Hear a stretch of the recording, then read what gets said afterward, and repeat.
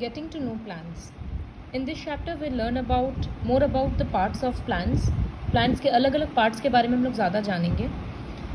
तो फ्लावर्स को जैसे प्लांट्स को दो कैटेगरी में डिवाइड किया जाता है, flowering and non flowering plants. किसी प्लांट्स में फ्लावर्स होता है, जैसे रोज़, मैरीगोल्ड, तो ये सब फ्लावरिंग प्लांट्स हो गया. फिर बहुत सारा प्लांट्स ऐसा होता है जैसे मॉस, एल्गी, फंगी, ये सब में फ्लावर्स नहीं होता, तो इन सब प्लांट्स को नॉन फ्लावरिंग प्लांट्स बोलते हैं. प्लांट्स का ये अलग अलग पार्ट है जिसके बारे में और देखेंगे. ओके, सी लीफ, फिर ये जो बर्ड होता है जो खिला नहीं है, stem you already know, flowers जो ब्लूम्ड पोर्शन जो ब्लूम्ड रहता है ऑलरेडी, और प्राइमरी रूट जो मेन रूट है प्लांट का, और मेन रूट से जो अलग अलग और रूट्स निकलता है उसको बोलते हैं secondary roots. So plants are classified into various categories. तो उसी में से एक कैटेगरी है हर्ब्स, श्रब्स और ट्रीज़ का. तो on the basis of size and structure plants को 3-4 कैटेगरी में डिवाइड किया जाता है. तो हर्ब्स उस प्लांट को बोलते हैं जिसका हाइट 1 मीटर से कम है और उसका स्टेम बहुत सॉफ्ट होता है और ग्रीन कलर का होता है, जैसे wheat, paddy, cabbage, grass, Tulsi and so on. Shrubs उस प्लांट्स को बोलते हैं जो 1 to 3 मीटर्स के हाइट का होता है और इसका ब्रांचेस काफ़ी पतला होता है. Stem is hard and thin. For example bougainvillea, lemon, coriander, henna, rose plants are shrubs. Then trees मतलब जैसे मैंगो ट्री इमेजिन करेंगे तो सारा फीचर्स समझ में आ जाएगा कि हाइट बहुत रहता है, 3 मीटर से ज़्यादा, they are very tall. Stem एकदम वुडी होता है और हार्ड होता है. They have one main stem called trunk. बीच में जो होता है उसको ट्रंक बोलते हैं, फिर उससे बहुत सारा ब्रांचेस और निकलता है. Example neem, mango, coconut and so on. फिर एक कैटेगरी है क्रीपर्स एंड क्लाइंबर्स. तो some plants are different from herbs, shrubs and trees. Herbs, shrubs और ट्रीज़ क्या था, सब सीधा खड़ा हो रहा था, सबका स्टेम था. लेकिन for example plants like mint and gourd have weak stems that spread on the ground and can not stand upright. Such plants are called creepers. कुछ प्लांट ऐसा होता है जो सीधा खड़ा नहीं रह सकता, तो वो लोग ग्राउंड में ही स्प्रेड करना शुरू कर देता है. मतलब वो इस डायरेक्शन में ऊपर की डायरेक्शन में ग्रो करने के बदले ऐसे फैलते जाता है. अगर ये सॉइल है तो ये एक डाली है अगर, तो वो सीधा नहीं ग्रो करके वो इस तरह से ग्रो करेगा. तो रूट्स जगह जगह पे निकल जाएगा और यहाँ से थोड़ा छोटा पत्ता निकलते जाएगा. तो ये होता है कि ये इस डायरेक्शन में ग्रो करने लगता है instead of growing vertically above. Such plants are called creepers. फिर कुछ प्लांट होता है जिसको क्लाइंबर्स बोलते हैं. तो वो प्लांट्स का क्या स्पेशलिटी होता है, उनका भी वीक स्टेम इतना वीक होता है कि वो सीधा खड़ा नहीं रह सकता, तो वो किसी और के सपोर्ट से ऊपर बढ़ता है. मनी प्लांट बहुत कॉमन एग्जाम्पल है. सो साइज के बेसिस पे ये 4 कैटेगरी था. Next classification is on the basis of how many years they survive. कितना साल वो लोग जिंदा रहता है, उसके बेसिस पे प्लांट्स को 3 कैटेगरी में डिवाइड करते हैं, एनुअल, बाइनियल और पेरिनियल.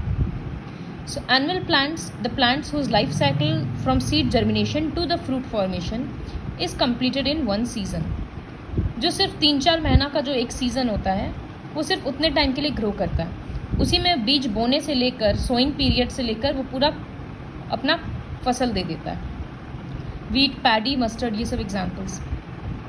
बाइनियल प्लांट्स मतलब जिसको लाइफ साइकिल कंप्लीट करने के लिए 2 सीज़न चाहिए. Such plants are called biennial plants. Example carrot, radish, potato, turnip, etc. These are generally herbs and rarely shrubs.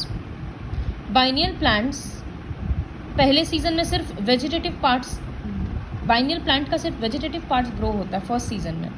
Vegetative part मतलब लीफ, स्टेम, रूट, ये सब, और फ्लावर्स आता है नेक्स्ट सीजन में. पेरिनियल प्लांट्स मतलब जो प्लांट्स बहुत साल तक के लिए जिंदा रहता है, 2 या 3, उससे भी बहुत ज़्यादा. तो neem, guava, jamun, babul, palm etcetera. Such plants are called perennial plants. Now next topic is parts of a plant. Plant a group of 2 और more parts of a plant is called a system. तो जनरली प्लांट को 2 system में divide किया जाता है। जो soil के ऊपर रहता है उसको बोलते हैं शूट सिस्टम, और जो सॉइल के नीचे है उसको बोला जाता है रूट सिस्टम। तो underground part of the plant root system और ऊपर वाला शूट सिस्टम। रूट्स प्लांट के लिए बहुत इंपॉर्टेंट है, इस एक्टिविटी से समझाया गया है। जैसे 2 प्लांट पॉट किया गया था, फिर थोड़ा बड़ा होने के बाद एक प्लांट का निकाल कर सारा रूट्स वगैरह उसका काट दिए, as you can see in the pot B. तो हम लोग देखेंगे कि कुछ दिन के बाद वाटर वगैरह देंगे तो 1 हफ्ता के बाद पॉट ए तो हेल्दी है क्योंकि उसमें रूट्स है, लेकिन जिसका हम लोग रूट्स निकाले थे पॉट बी का, वो प्लांट मुरझाया वसा हो गया, ऐसा लग रहा है कि वो डेड होने वाला है। So thus we can say that roots are very essential for the growth of plants. To show that roots hold the plant firmly in the soil. ये हम लोगों को पता है कि प्लांट्स सॉइल को होल्ड करता है या with the help of roots, और we can say that roots plant को होल्ड करके रखता है। कैसे समझाया जा सकता है? 2 पॉट लिया गया है, दोनों में कुछ ग्राम सीड्स डाल दिए, ग्राम मेज किसी भी चीज़ का सीड्स डाल दिए। फिर कुछ दिन के बाद 2-3 दिन के बाद अगर हम लोग पॉट ए से बीन्स को निकाल रहे हैं तो बहुत इजीली निकाला जा रहा है, लेकिन 1 हफ्ता बाद अगर हम लोग छोड़ देंगे वो सीड जर्मिनेट होने लगेगा, रूट्स ग्रो हो जाएगा, तो हम लोग देखेंगे कि उसको खींचने में प्रेशर लगाना, फोर्स लगाना पड़ रहा है। तो क्योंकि उसमें रूट्स का ग्रोथ हो चुका, तो अब हम लोगों को प्रेशर देना, फोर्स लगाना पड़ रहा है ताकि वो रूट का फोर्स कम हो जाए। तो इससे समझ में आता है कि roots hold the plant firmly in the soil. Next, roots 2 तरह का होता है। किसी किसी प्लांट में एक मेन रूट होता है, फिर उससे साइड से रूट्स ग्रो करता है। तो ये मेन रूट को प्राइमरी रूट बोलते हैं, और ये छोटा छोटा जो साइड में है इसको लैटरल रूट्स बोलते हैं या सेकेंडरी रूट्स बोलते हैं। So this system is known as tap root system, where there is a main root and rest of the roots arises from the main branch.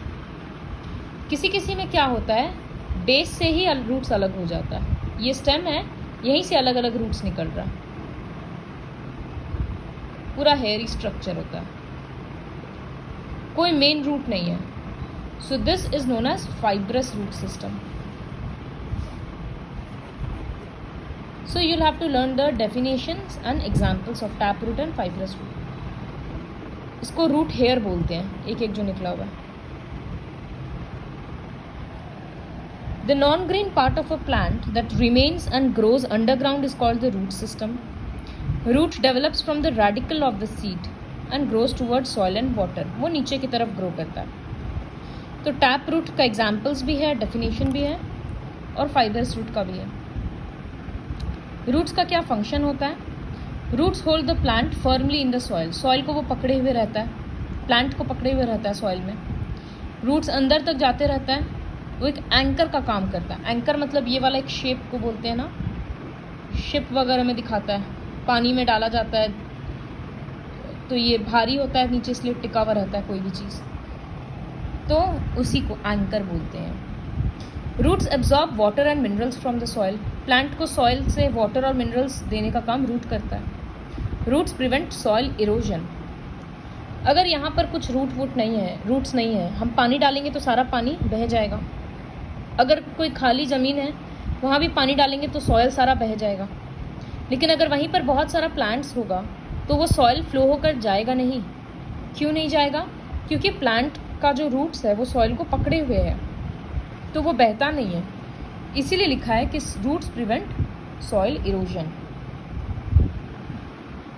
Then next topic is modified roots. ये सब roots का main function था, लेकिन बहुत सारे plants में roots अलग अलग काम भी करता है। जैसे किसी किसी प्लांट में रूट्स फूड स्टोर करता है, प्लांट का एक्सेस फूड, जैसे रेडिश, कैरेट, स्वीट पोटैटो, ये सब। जब प्लांट्स को ज़रूरत होता है तो वो वापस रूट से खाना ऊपर चला जाता है। किसी किसी प्लांट्स में रूट्स एक्स्ट्रा सपोर्ट प्रोवाइड करता है, जैसे बैनियन ट्री। इस तरह से जो रस्सी रस्सी के जैसा दिखता है, ये सारा रूट्स होता है। क्योंकि ब्रांचेस बहुत हैवी है तो वो हवा में उसको सपोर्ट चाहिए, तो रूट्स निकल जाता है, ज़मीन तक पूरा आता है। So these roots are called prop roots. Maize, sugarcane, screw-pine ये सब में भी होता है पतला पतला. The additional support to such plants is provided by the roots growing from their stems. Such roots are called stilt roots. मेज, sugarcane वगैरह में जो होता है उसको stilt roots बोलते हैं. banyan में जो होता है उसको prop roots बोलते हैं. तो this was all about the root system. अब हम लोग पढ़ेंगे shoot system के बारे में. So the portion of the plant above the ground is called the shoot system. जो portion ground के ऊपर है. शूट सिस्टम में मेनली स्टेम आता है, ब्रांचेस आता है, लीव्स आता है, फ्लावर्स और फ्रूट्स आता है. तो stem of a plant is a link between the root and leaves and flowers. Stem is the main support of a plant. Stem वही पोर्शन है जिसमें फ्लावर्स रहेगा, फ्रूट्स रहेगा, लीव्स रहेगा, सब कुछ तो उसी में रहेगा. तो stem of a tree is called the trunk. Trunk का जो बाहर का लेयर होता है उसको बार्क बोला जाता है. ब्राउन ब्राउन जो हार्ड पोर्शन होता है वो अंदर के ट्रंक को प्रोटेक्ट करता है. The point from where a leaf grows is called a node. जो इस फोटो में दिख रहा है, जैसे ये पॉइंट को, यहाँ से जो एक ब्रांच निकला, इस पॉइंट को एक ब्रांच निकला, तो उस पॉइंट्स को नोड बोलते हैं. See we can draw here also. ये एक स्टेम है. सो यहाँ से जैसे एक लीफ निकल रहा है, एक ब्रांच निकल रहा है, तो दिस इज अ नोड, ये पोर्शन. और दिस इज अ नोड. और दो नोड के बीच के जगह को इंटर नोड बोला जाता है. फिर ये सपोज डिवाइड होगा इस तरह से. सो जो बर्ड ऊपर में होता है उसको बोला जाता है एपिकल बर्ड. मतलब इसके बाद और हाइट नहीं बढ़ेगा. और कोई कोई सा बर्ड्स होता है जो साइड में होता है, जिससे ब्रांचेस निकल रहा है, तो उन सबको बोला जाता है axillary buds. See the buds which give rise to branches are called axillary. और बर्ड जो टर्मिनल एंड में है, जो और ग्रोथ नहीं करेगा, जिसके कारण और स्टेम ऊपर नहीं जाएगा, उसको बोला जाता है apical bud. You can see everything in this photo. तो स्टेम का फंक्शंस क्या है? पानी कंडक्ट करना, वाटर और मिनरल्स. रूट्स एब्जॉर्ब तो कर लिया, लेकिन ऊपर भी तो ले जाना होगा, तो ऊपर पहुंचाने का काम स्टेम करता है. Conduction of food made by leaves. Plant खाना तो अपने पत्ता में बनाता है, लीव्स में, लेकिन प्लांट के बाकी बॉडी पार्ट्स में भी तो पहुंचाना होगा, तो वो कराता है स्टेम. फिर वो फिजिकली सपोर्ट करता है प्लांट को. So it acts as a physical, it provides physical support. ये एक्टिविटी है. इसमें लिखा है कि इसमें ये दिखाया जा रहा है कि कैसे स्टेम से पानी ऊपर जाता है. तो एक ऐसे ब्रांच लिया गया है जिसको ऑब्लिकली कट किया गया है. ऑब्लिकली मतलब if this is a branch, तो एक एंगल बनाकर कट किया गया है, सीधा नहीं कटा हुआ है. तो टेढ़ा करके काटना को बोलते हैं ऑब्लिकली कट करना. तो दो ब्रांच ले लिए इस तरह से. पॉट ए में जो पानी है उसमें रेड इंक मिलाया हुआ है, और पॉट बी में प्लेन वाटर है. तो बाद में हम लोग देखेंगे कि जो पॉट ए का फ्लावर है वो हल्का रेड हो गया. तो इसका मतलब क्या हुआ कि जो पानी था वो ऊपर चला गया, इसी वजह से रेड इंक भी ऊपर चला गया. तो इससे समझ में आता है कि स्टेम में ऐसा कुछ सब्सटेंस है, कुछ ऐसा पार्ट है जो वाटर कंडक्ट करने में हेल्प करता है. So these were the functions of a stem. Now next topic is modified stem और मॉडिफिकेशन ऑफ स्टेम.